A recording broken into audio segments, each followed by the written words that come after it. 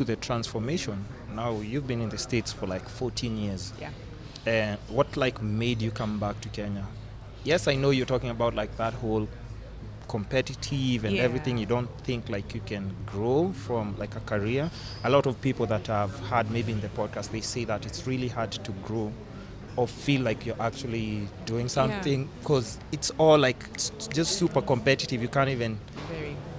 And not Look saying that you can't. I think you just have to have the determination yeah. to get into somewhere. I mean, it wasn't impossible, but I think for me, after having experienced, I did a internship at an NBC affiliate just close to where we lived in New Jersey. Oh wow. NBC 40. I don't think it's there anymore. Why? So You confirmed that, or it's just something yeah, that 'cause wasn't? when I visited, it was not. Oh, I it think wasn't they in shut existence? it down. Yeah, Oh, so my. they have to rely now on, and this is the thing, when they go into the smaller affiliates, it's more private owned Oh yeah. than it is probably NBC. So yes, they have the logo and whatnot, and would transmit for NBC, but most of it was privately owned. So the owner wasn't able to sustain. Oh, and it can actually be bought off. Yeah, exactly. Because that happens a lot in the States. It does, it does. So they had to now rely on the Philadelphia market, which actually is the fourth largest media market in the US. Oh wow. So Okay. I could have gotten a job in one of the Philly affiliates Yeah. and just grown and built my career from there. Yes, that's definitely possible. But I felt in terms of getting there faster, it probably would be easier to do it from here Yeah. with the training that I got there.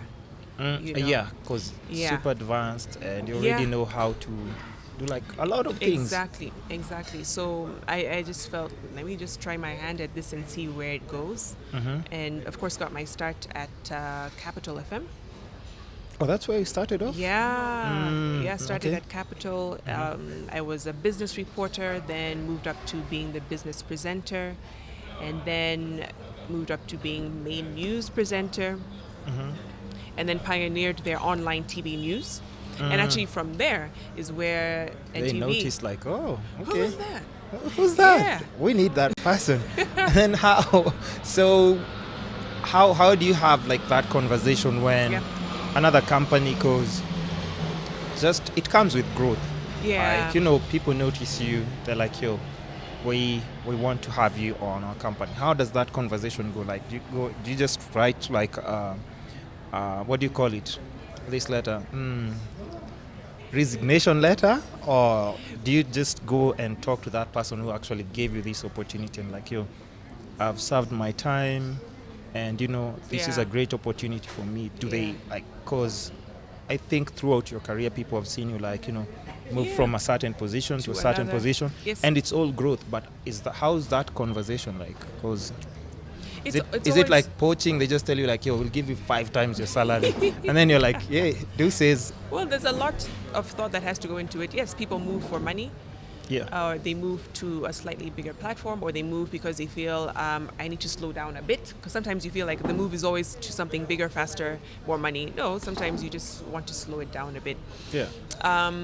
So, yeah, you'd have a discussion with the person who's approached you and kind of see what it is they'd want you to do, because sometimes it may not be a good fit for you.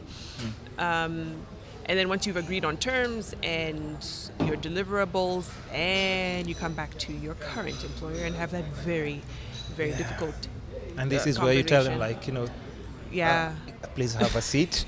And It's every like, time you yo, do what's that, they're happening like, here? What's when happening? HR sees you coming with a letter in hand, they're like, Yeah. I'm out to lunch. Like, I'm not here. Yeah, You know. They just know what's going to happen. They know what's going to happen, and it's always difficult because they don't want to let you go. Yeah. And that's one good sign for anyone who is in that space where you're transitioning into something else. Yeah. Anytime your current employer is really, well, they can be really upset, like, why are you leaving us? Or trying to find ways of retaining you. Yeah. That should be a good sign to you. Yeah, because you That know, you like, did what you're supposed to be doing there. Yeah. Yeah. Because if they said, oh yeah, go ahead, hey, You should be really, maybe really you should be worried. worried because even where you're going, they'll be like, hey, okay. Exactly. Yeah. Uh-huh. Yeah, but also try to leave on good terms as well. Don't try and burn bridges. Yeah.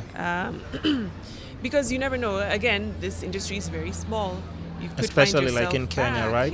Yeah. Could find yourself right back to where you had left. Okay. Now, since we're still on that discussion, do you think, just from your background and how you studied and everything, do you think the local institutions are doing a good job of just, like, teaching like these kids who are just coming from like college and uni I think into the job market? Are they preparing them the right way? Because like even from what you mentioned, like you said like just coming from New Jersey or Philadelphia, like you could already see that it's gonna be slightly easier for you to get into the market and grow. Yeah. Do you think the institutions are doing a good job of just prepping the students for the current job market that people are already saying like, yo, we don't have jobs.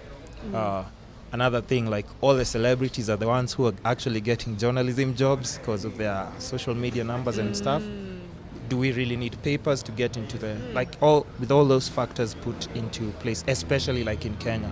I'm sure maybe states it's a whole different story, but like the way you said, like there are some bloggers who've transitioned and we've seen it, like, and they're actually doing a good job at it. So you can't like say, why are they in that position?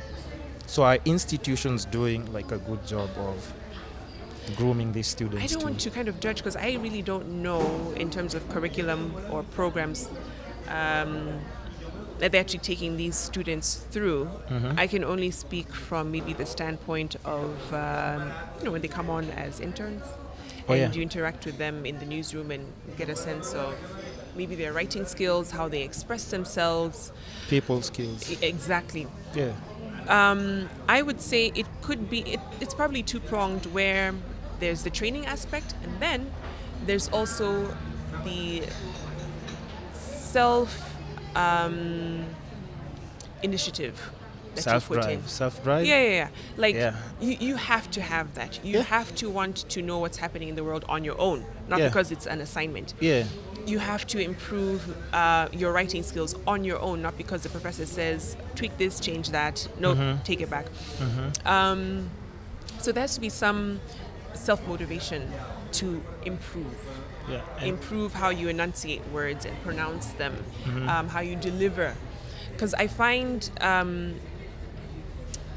they rely a lot on, well, I went through this program, I went through this class, so that should be enough. No, because again, in the media, it's about you. Yeah, and you as a person.